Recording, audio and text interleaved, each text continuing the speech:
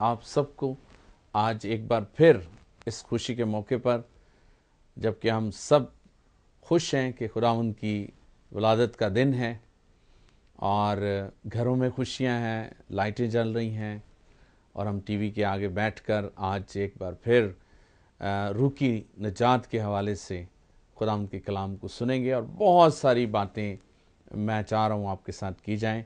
मेहरबानी से सब तवज्जो करें और सारे अपने कामों को छोड़कर टीवी के पास आ जाएं, ताकि हम सब मिलकर खुदावंद के कलाम से बहुत सारी बातों को सीखेंगे और इन बातों से हम ना सिर्फ सीखेंगे बल्कि हमारी ज़िंदगियों से यीशु की पैदाइश नज़र आएगी।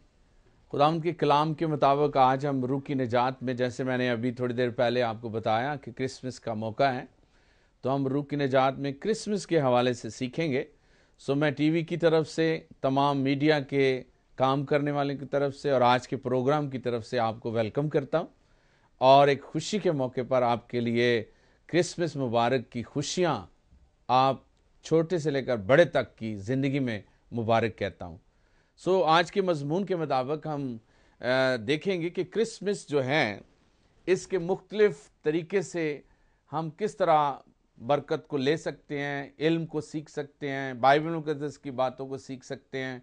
और कुछ बातें ऐसी होती हैं जो हम कभी भी नज़र नहीं करते, हम उन पर भी नज़र करने की कोशिश करेंगे। दुनिया भर में इस वक्त जो क्रिसमस मनाया जा रहा है, ये मसीह खुदावंद यीशु मसीह जो है, जो दुनिया का नजात दहिंदा है, ये उसकी पैदाइश के हवाले से मनाया जाता है। और मैं एक दिन बता रहा था कि दुनिया में शायद ही कोई इतना केक काटा जाता होगा जितने यीशु मसीह की पैदाइश के वक्त काटे जाते हैं। पूरी दुनिया, ये वाहिद एक खुशी का, पैदाइश का दिन है जिसमें पूरी दुनिया खुशी मनाती है। और कभी कभी टीवी पे, रेडियो पे, मैगजीन में इस बात को पढ़ने में मज़ा आता है कि दुनिया में बड़े बड़े लोग रोशनियां करते हैं, घरों को चरागा करते हैं, खुदा के घरों को चरागा करते हैं, बहुत सारी लाइटिंग लगाते हैं और इसी तरह खूब बड़े बड़े प्रोग्राम होते हैं और इस सारा जलाल खुदा के बेटे यीशु मसीह को जाता है। यीशु मसीह जो है, ये दुनिया में एक वाहिद शख्सियत है जिसके अंदर दो तरह की फितरत पाई जाती है। वो इंसानियत के नाते, इंसान बनने के नाते वो एक आदम की ज़ात लेकर ज़मीन पर इज्जत पाता है, और दूसरी तरफ जब हम उस पर गौर करेंगे कि क्यों उसे खुदा का बेटा कहा गया और खुदा के बेटे होने के नाते वो किस तरह इज्जत पाता है, और ये दोनों हालतें हमारे लिए बरकत का बायस हैं। यही वजह है कि यीशु एक दरमियानी और हमारे लिए एक पुल की शख्सियत रखता है। एक तरफ से वो रूहानी है, दूसरी तरफ से वो जिस्मानी है। जिस्मानी होने के नाते जिस्म के साथ लोगों से वाबस्तगी रही और मैं और आप उसके साथ जुड़ गए। दूसरी तरफ रूहानियत के नाते, खुदा का बेटा होने के नाते, रूह से पैदा होने के नाते खुदा से उसका ताल्लुक है, तो वो एक पुल की शक्ल में हमारे लिए दरमियानी बनकर एक बहुत बड़ी बरकत लेकर आया और आज हम उसके वसीले खुदा से मुलाकात करते हैं।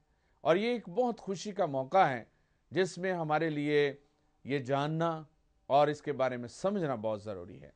दुनिया भर में क्रिसमस मसीह खुदावंद की जो पैदाइश मनाई जाती है, बल्कि पैदा होने से पहले ही आसमान पर खुशियां मनाई गई, आज से 2011 साल पहले, और यकीनन आने वाला साल भी चढ़ने वाला है।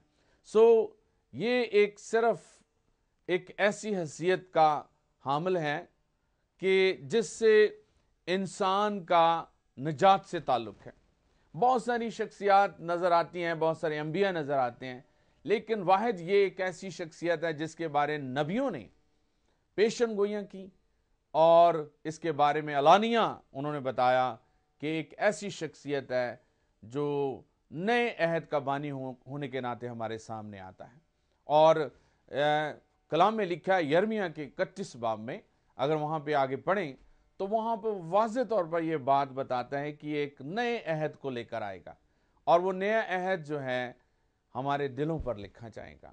और आज हम देखते हैं कि वही अहद हमारी रूह में, हमारे दिलों में बांधा जाता है और हम उसी अहद के मुताबिक ज़िंदगी गुजारते हैं। मैं कहना ये चाहता हूँ कि क्रिसमस की खुशी एक नए अहद की खुशी है।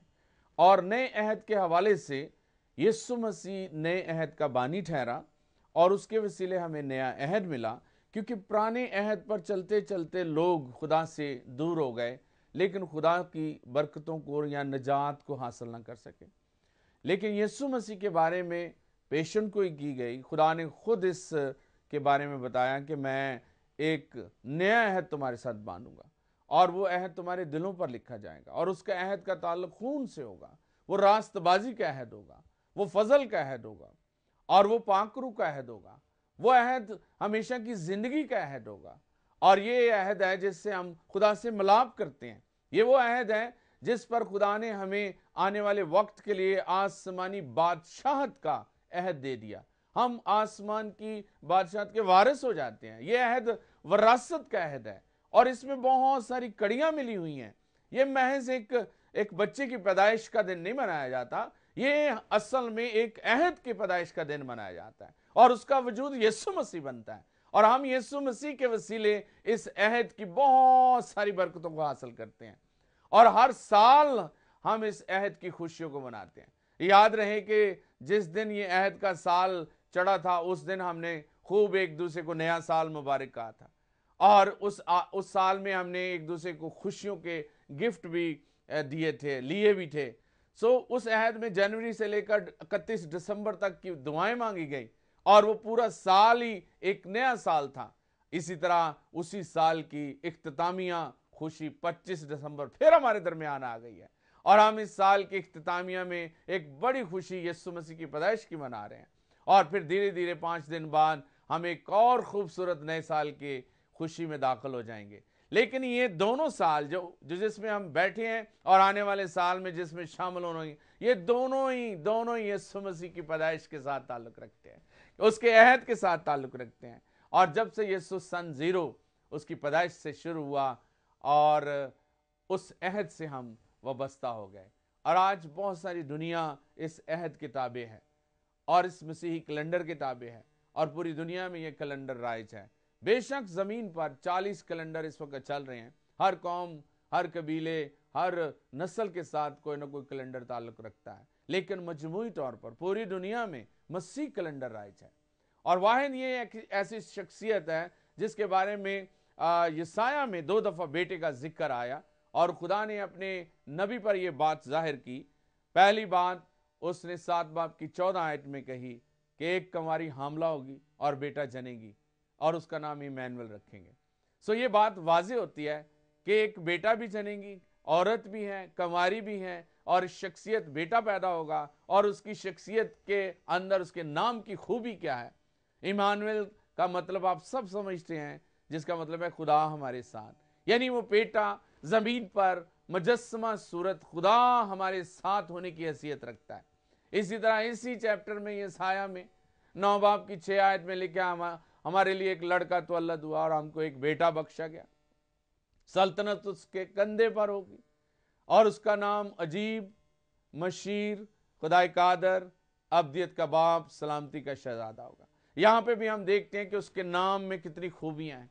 वो कादिर मुतलक भी है, वो एक अजीब शख्सियत है और वो एक आदल है, मशीर है, जज है, उसको जजमेंट दी गई है, वो जमीन की अदालत करेगा, आसमान की अदालत करेगा और उसके पास खुदा कादर होने की कुदरत है। और इसी तरह हमारी जिंदगी में वो एक आसमानी बादशाहत का और पूरी दुनिया की बादशाहत का ताल्लुक रखता है। वो वाहिद एक शख्सियत है जो किंग ऑफ किंग्स है।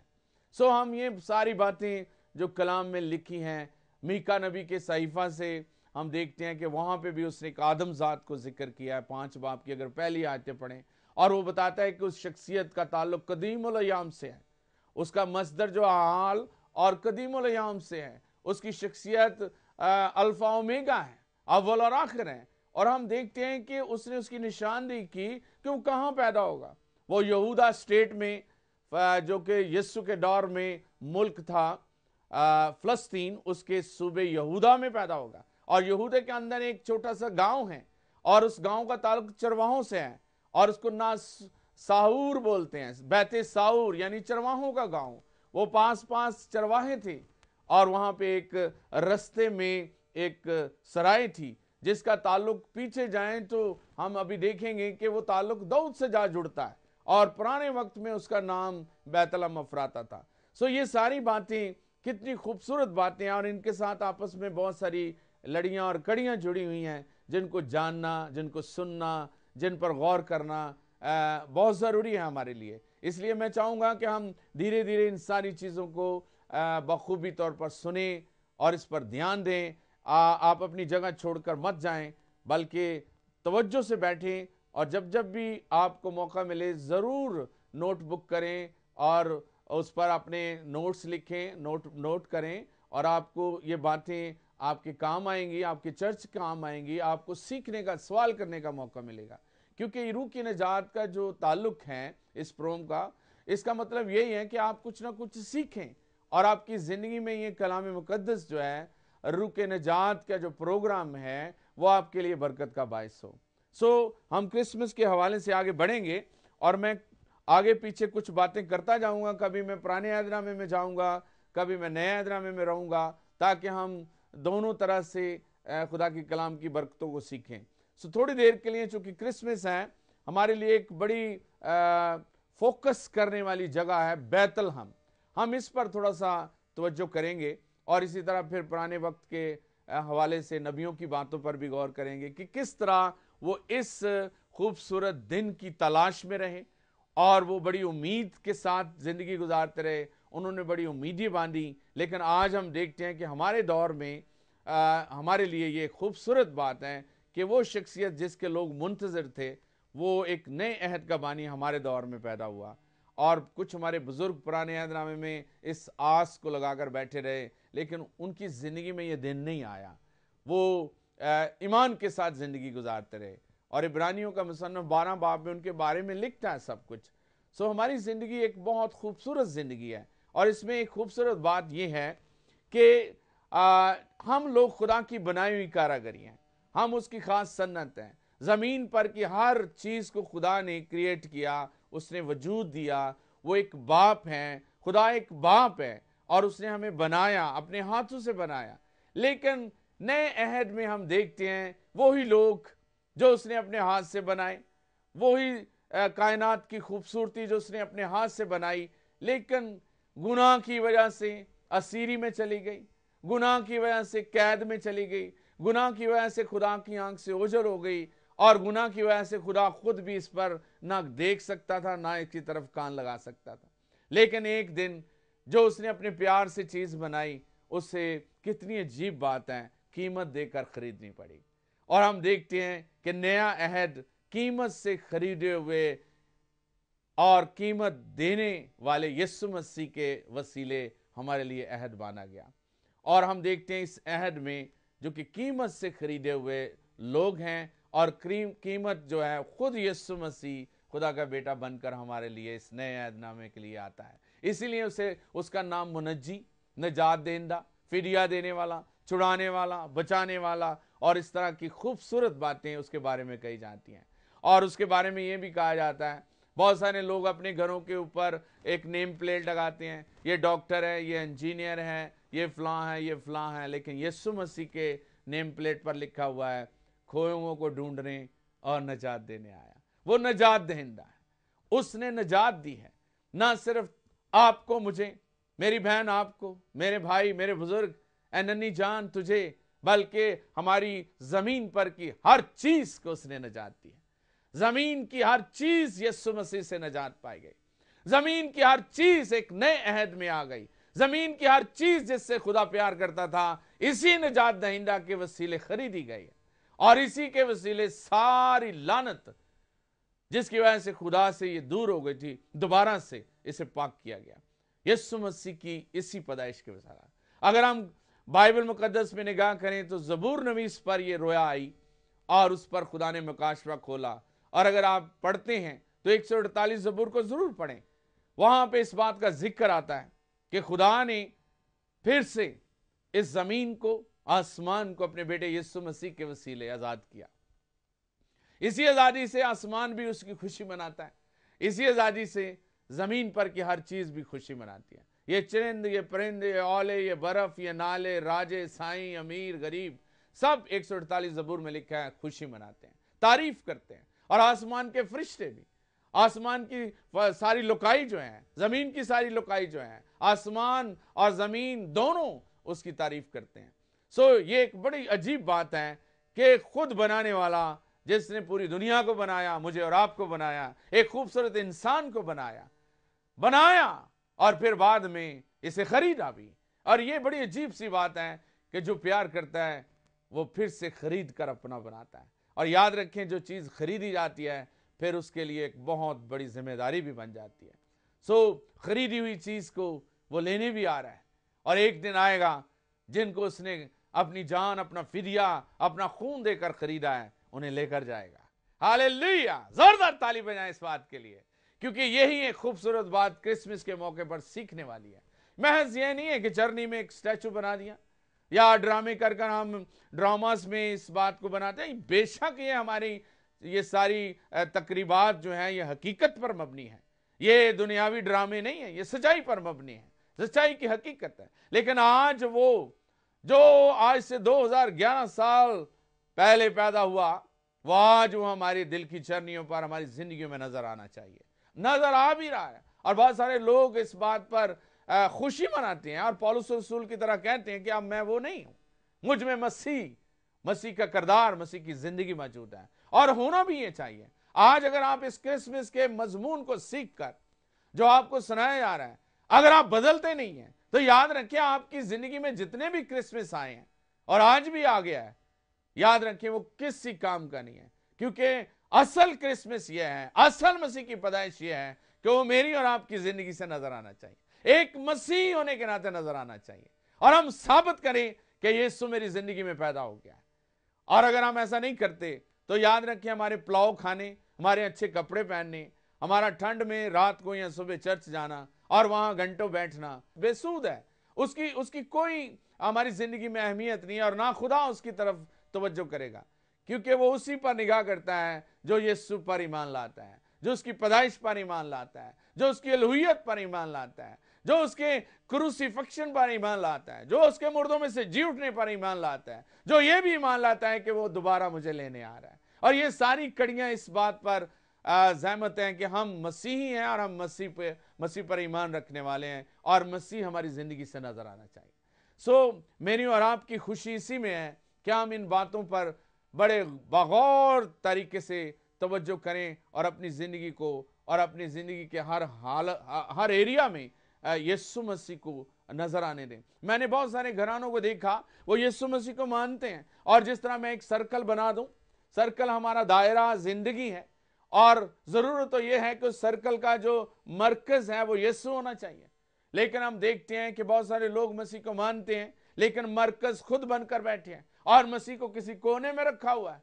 और कुछ लोग ऐसे भी हैं, उन्होंने तो दायरे से बाहर रखा हुआ है, वो अभी भी उनके घरों का दरवाजा खटखटाया उसे अंदर ही नहीं आने देते। लेकिन कुछ लोग ऐसे भी हैं जो खुद दाएं या बाएं होकर रहते हैं, लेकिन उन्होंने मरकज यीशु को बनाया हुआ है। वो पहला दर्जा यीशु को देते हैं, ऑलवेज उसे दर्जा देते हैं, क्योंकि वो जान गए हैं कि यही वो परताव है, यही उसकी जात का नक्श है, यही हूबहू खुदा है, क्योंकि उसी ने उसे मुजस्सम किया। और मैं इन बातों पर, ये जो मैं कर रहा हूं दावे से, आपको साबित करूंगा, कलाम साबित करेगा कि हम क्यों इन बातों पर गौर नहीं करते, और अगर करते हैं तो क्या वजह है, और अगर उसको समझ आते हैं तो क्यों हम सीना तान कर और खुशी और गर्व के साथ यीशु को खुदा का बेटा बोलते हैं, या उसे खुद खुदा कहने के लिए हमारी खुशी और हमारी बयान से बाहर हो जाती है। और ये बातें वाकई सच और बरहक हैं।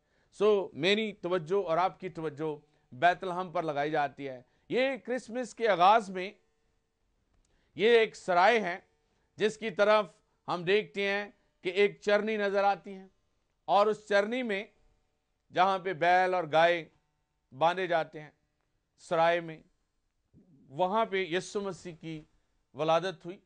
और इसके बारे में थोड़ा सा इसका महल्ले वकू मैं आपको बताना चाहता हूं। मसीह के दौर में, जैसे मैंने पहले भी बताया कि मसीह के दौर में बहुत सारे लोगों को पता नहीं है।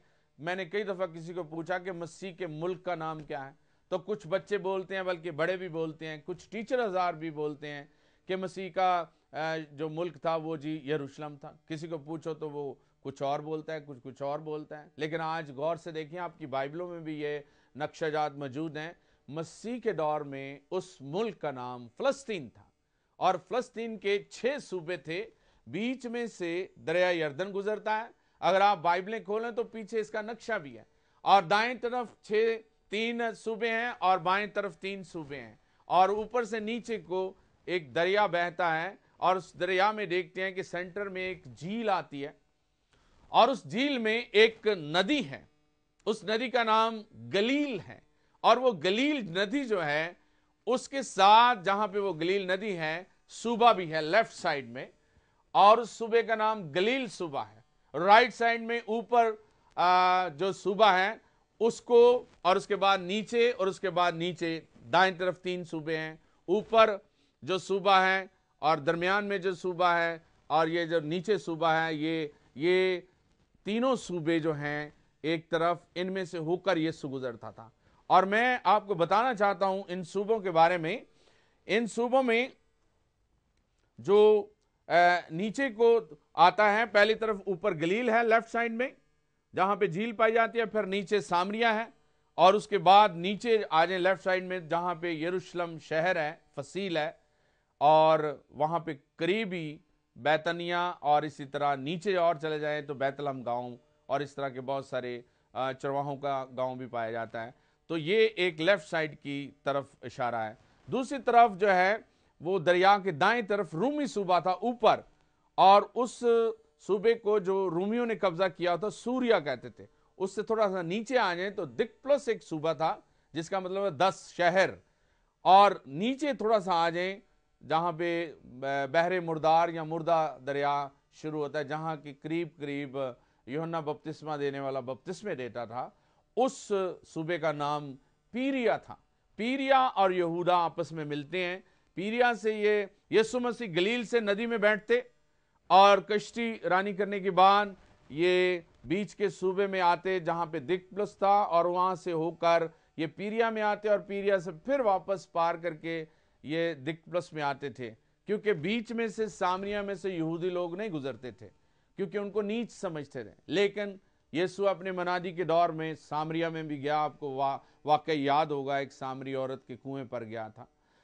ये एक बातें उसकी मनादी की हैं, लेकिन मैं चूंकि हदूद अरबे के बारे में बता रहा हूं इसलिए मैं आप पर यह वाजे करना चाहता हूं। बैतलहम पर हम थोड़ा सा फोकस करेंगे।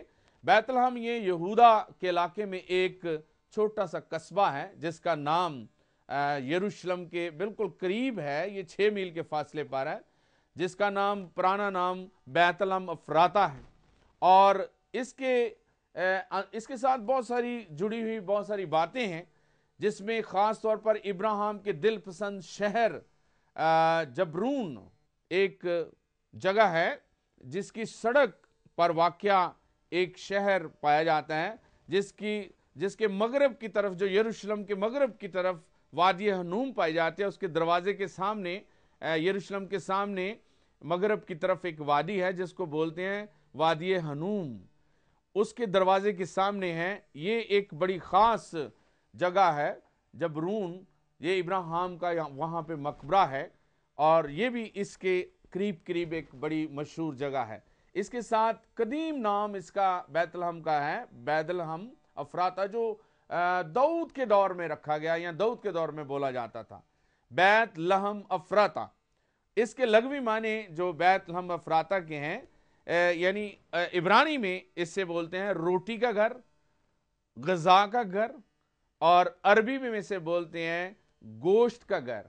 और अफराता से मुराद यहाँ पे बहुत सारी खुराक, हरियावल, फल और इस तरह की चीज़ें अफरात से पाई जाती हैं, इसलिए फलों और चरागाहों की और जैतून और अंगूर के इस तरह के जो दरख्त और बागात हैं उनकी वजह से इसे अफराता कहा जाता है, क्योंकि बहुत से यहाँ पे खुराक पाई जाती है। और आपको याद होगा 103 ज़बूर में दाऊद इस इलाके के बारे में बयान करता है, और वो बड़ा खुशी से एक बात कहता है, मेरी जान खुदावंद को मुबारक है और जो कुछ मुझ में है उसके कुदूस नाम को मुबारक है। और आगे चल के वो बताता है कि उसकी किसी नेमत को फरामोश ना कर। वो शायद इसकी तरफ इशारा करता है क्योंकि वहां पे बहुत सारी नेमतें पाई जाती थी और वो उनसे खुश होता था और खुदावंद की शुक्रगुजारी करता था।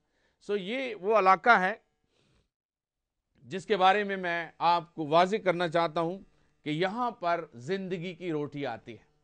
और इसके बारे में हम देखते हैं कदीम यादें, एक करीब एक गांव है और इस गांव में बहुत सारी भेड़ें पाई जाती हैं और उसे बोलते हैं बैते साऊर, यानी चरवाहों का गांव या चरवाहों का घर। और इसका ताल्लुक रूत, हमारी एक बुजुर्ग बहन है, जो अगर हम शुरू में देखें तो रूत का जिक्र आता है। और रूत जो थी वो होशें इसी इलाके में चुनती थी। और यकूब नबी की जो बीवी थी राखिल, उसकी भी इसके करीब करीब कबर हैं। बोएज और नयोमी जो थे वो दाऊद का कुआं जो है जिसका पानी पीने के लिए एक दफा दाऊद ने मांगा, वो भी इधर करीब है। और बोएज और नयोमी ये भी इसी इलाके में घूमते फिरते नजर आते थे। और ये वो एक बड़ी एक दिलचस्प जगह है जहां पे खुदा के बुजुर्गों और उनकी यादों को हम देख सकते हैं, यहां पे पाई जाती हैं। और अलीशा नबी इसी इलाके में पैदा हुआ। अलीशा नबी इस इलाके में पैदा हुआ था। करीब ही एक बुलंद चट्टान पर किला है और किला नुमा एक राहब खाना बना है। यहाँ पे बहुत सारे यहाँ पे बुजुर्ग खुदा के लोग आते हैं और यहाँ पे उसके नीचे बिल्कुल एक गार जाती है और वो बड़ी गार मशहूर है जहाँ पे एलिया नबी छुपा था और वहाँ पे वो पानी काल के दिनों में पानी पीता था। और एलिया नबी के बारे में हम देखते हैं कि जब इजबल ने उस पर हमला किया या उसके पीछे लगी तो वो यहाँ पे आके छुपा था। और आपको याद होगा एलिया को कौवे बोटियां पहुंचाते थे। सो ये एक बड़ी खुशी की बात है कि इस इलाके से बहुत सारी हिस्ट्री जो है वो करीब तरीन तरीके के साथ मिलती है। और सराय के हवाले से हम देखते हैं जब दाऊद बादशाह अपने बेटे अबी शालूम की वजह से बगावत से फरार होकर जा रहा था तो यहां एक जल्लादी मर्द था, उसने उसकी बहुत खिदमत की और वहां पे उस जगह पर बादशाह को उसने पनाह दी। और बादशाह ने फिर खुशी से उस जल्लादी मर्द को इनाम पर यह जगह दी और उसने वहां पे जानवरों के लिए एक सराय बनाई। और आने जाने वाले जो मिस्र से यरूशलेम लोग आते थे वो यहाँ पे रुकते, स्टे करते थे और फिर अपने जानवरों को रखे, क्योंकि यहाँ पे चारा और इस तरह की ज़रूरत की चीज़ें बहुत थी। यिर्मयाह 41 बाब की 17 आयत में लिखता है, जदलिया के कत्ल के इंतकाम के खौफ से बचने के लिए लोगों ने बैतलहम के करीब कुम्हाम की सराय, इस सराय के मालिक का नाम था कुम्हाम की सराय में क़याम किया। क्यास किया जाता है कि मुकद्दसा मरियम और यूसुफ भी इसी सराय के दरवाजे खटखटाते।